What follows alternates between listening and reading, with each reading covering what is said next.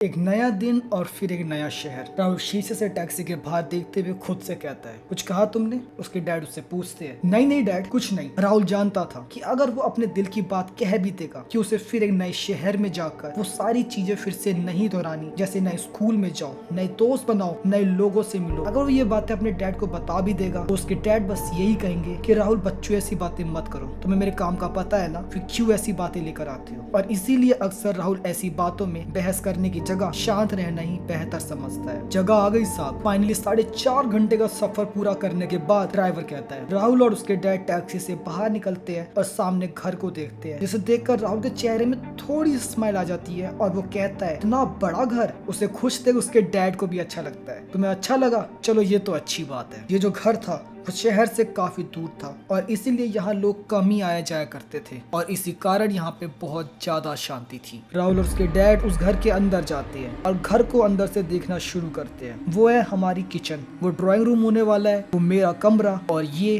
तुम्हारा। मेरा कमरा यानी मेरा अपना कमरा? राहुल खुश हो जाता है। हाँ हाँ तुम्हारा अपना कमरा राहुल, लेकिन अगर तुम्हें अकेले सोने से डर लगता है तो रहने। नो नो डैड, राहुल बीच में उन्हें टोकते हुए कहता है, अब मैं बड़ा हो गया हूँ, आई कैन मैनेज। जिस पर फिर दोनों हंसने लगते हैं। दरअसल राहुल की जो मॉम है वो 1.5 साल पहले बीमारी के चलते इस दुनिया में नहीं रही और तब से राहुल के डैड ही राहुल का ध्यान रखते हैं। राहुल अपने कमरे में सामान लगा ही रहा होता है कि तभी उसे एक खिलौना दिखता है, एक व्हाइट टेडी बेयर, जो देखते ही राहुल को बहुत ज्यादा पसंद आता है और वो उसको अपने डैड के पास लेके जाता है। अजीब बात है, उसके डैड कहते हैं, मैंने तो सफाई वाले से पूरा घर सही से साफ करने के लिए कहा था, फिर ये टेडी बेयर यहाँ कैसे रह गया? शायद जो फैमिली हमसे पहले यहाँ रहती होगी ये उनका होगा। उसके डैड कहते हैं, डैड क्या मैं प्लीज इसे रख सकता हूँ? अब इस खिलौने का पुराना मालिक तो इसे वापस लेने नहीं आने वाला, तो तुम इसे रख सकते हो। ये सुन राहुल बहुत ज्यादा खुश हो जाता है और अपने डैड को गले लगा लेता है। अगले दिन राहुल के डैड ब्रेकफास्ट रेडी कर ही रहे होते कि तभी उनके गेट पर कोई नॉक करता है और राहुल जैसे ही गेट खोलता है तब सामने एक आंटी होती है। आप कौन?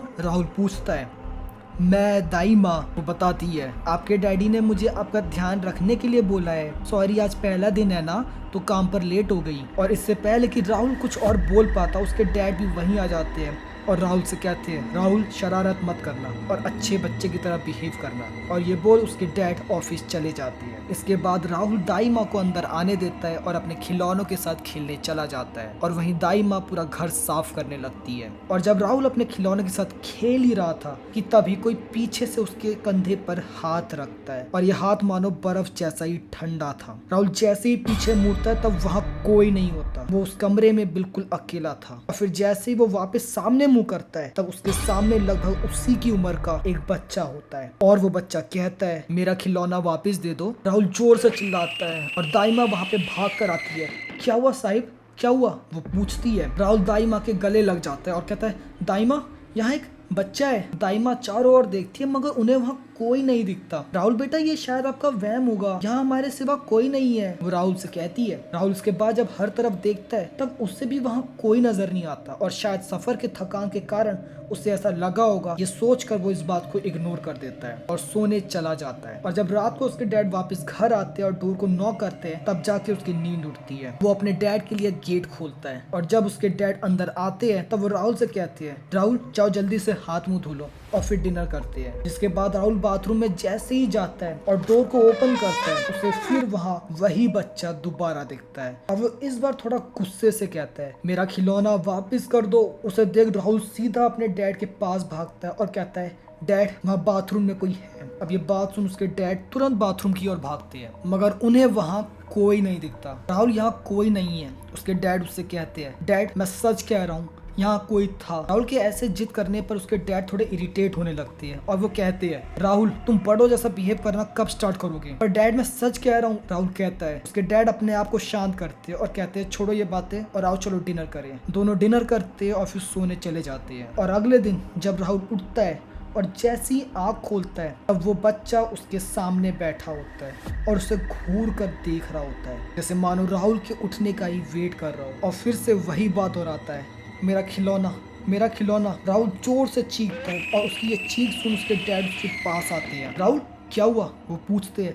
डैड वो लड़का यही था।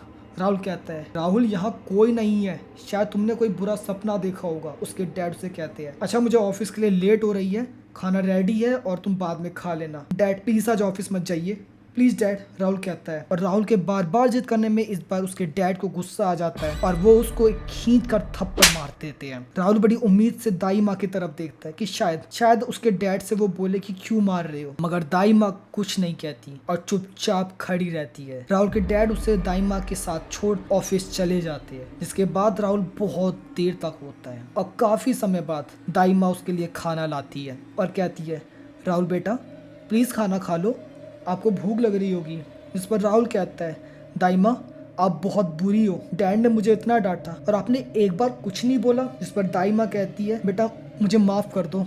मगर क्या दाई माँ, राहुल पूछता है। सच तो यही है साहब कि आप सच बोल रहे हो, वो बच्चा सच में यहाँ है जो आपको दिखाई देता है और वो कोई और नहीं बल्कि मेरा अपना बेटा है। क्या, राहुल पूछता है। जिस पर दाई माँ पूरी कहानी बताती है कि दरअसल वो इसी घर में रहने वालों के लिए कई सालों से काम करती आ रही है और उसका बच्चा भी उसी के साथ यहीं रहता था और अपने खिलौने के साथ अक्सर खेला करता था। लेकिन एक बार उसके बच्चे की तबीयत बहुत ज्यादा खराब हो गई और कई डॉक्टर से इलाज कराने के बावजूद उसकी सेहत में कोई सुधार नहीं आ रहा था और दिन भर दर्द से तकलीफ से रोता रहता था। और एक दिन उसे खुश करने के लिए मैंने उसे एक टेडी बियर ला कर दिया जो सफेद रंग का था, जिसको देख उसका बच्चा बहुत खुश हुआ और शांत रहने लगा। लेकिन एक दिन न जाने कैसे वो टेडी बियर गायब हो गया। उसके बाद से मेरे बच्चे की तबीयत और ज्यादा खराब रहने लगी और वो हमेशा अपने टेडी बियर को ही मांगता था, मगर वो टेडी बियर कभी मिला ही नहीं। और एक दिन ऐसे ही मेरे बच्चे का दम टूट गया और ये बोल दाई माँ जोर जोर से रोने लगती है। उनकी ये बात सुन राहुल कहता है, दाई माँ मुझे पता है वो टेडी बियर कहाँ है। इसके बाद राहुल अपने खिलौने के पास जाता है और वही टेडी बियर को लेकर आता है जो उसे इस घर में मिला था। और जैसे ही वो टेडी बियर दाई माँ को दिखाता है कि तभी वो लड़का वहाँ पे उसके सामने आ जाता है और अपना खिलौना मांगना शुरू कर देता है